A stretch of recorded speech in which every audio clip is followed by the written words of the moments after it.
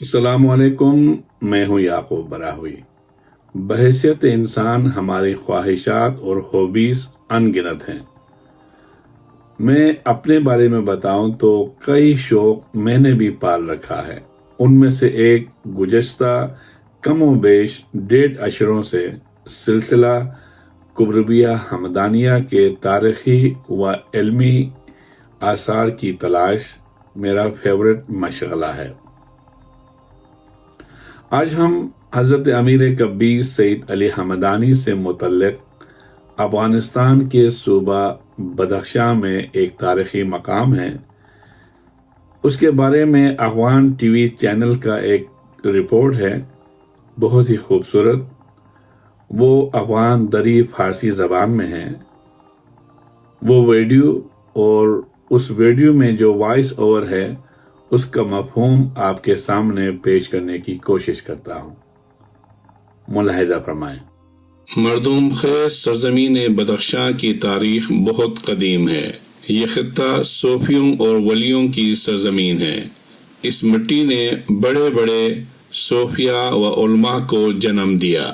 ان میں سے کئی اسی سرزمین میں آسودہ خاک ہوئے اور بہت سے علماء و صوفیاء دین اسلام کی تبلیغ کے لیے دوسرے ملکوں کی طرف کوچ کر گئے۔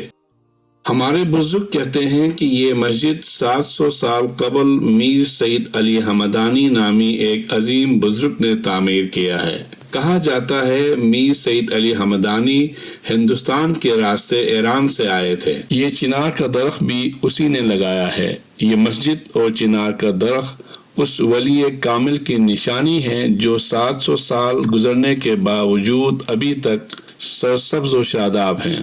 ہم اس چنار کو اس ولی کامل کے فیضان سمجھتے ہیں۔ اس تنے کے اندر صوفیاء ذکر کرتے تھے، قلندران محفل سماع کرتے تھے اور بدخشاں کے کئی نامور علماء اسی درخت کے اندر رہ کر فارغ و تحصیل ہوئے۔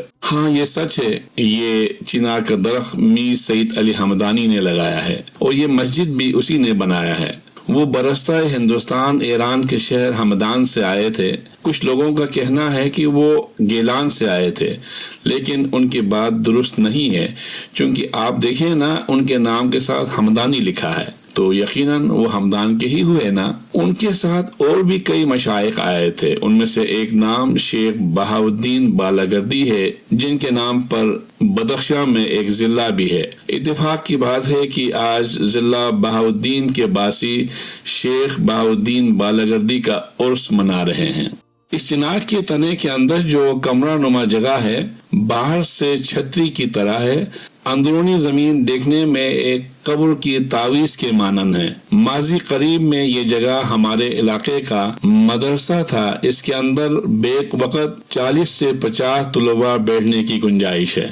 ہمارے گاؤں کے اکثر لوگ اسی تنے کے اندر بیٹھ کر دینی علوم پڑھتے تھے۔ آئیے ہم آپ کو ان سے ملواتے ہیں جنہوں نے اس چنار کے تلے رہ کر تعلیم حاصل کی۔ 90 کی دہائی میں یہ چنار کا درخت دینی درسگاہ کے طور پر استعمال ہوتا تھا۔ میں خود اسی تنے کے اندر سے فارغ و تحصیل ہوں۔ میرے ہم عمر تمام ساتھی اسی تنے کے اندر بیٹھ کر پڑھتے تھے۔ یہ ہمارا مدرسہ بھی تھا، صوفیاء اور قلندروں کا خانقاہ بھی۔ واہ، وہ بھی کیا دن تھے! میں بہت یاد کرتا ہوں ان حسین یادوں کو۔ یہ درخت سید علی حمدانی نامی ایک ولی کی نشانی ہے۔ ہم 40 سے 50 طلباء تنے کے اندر آرام سے درس لیتے تھے۔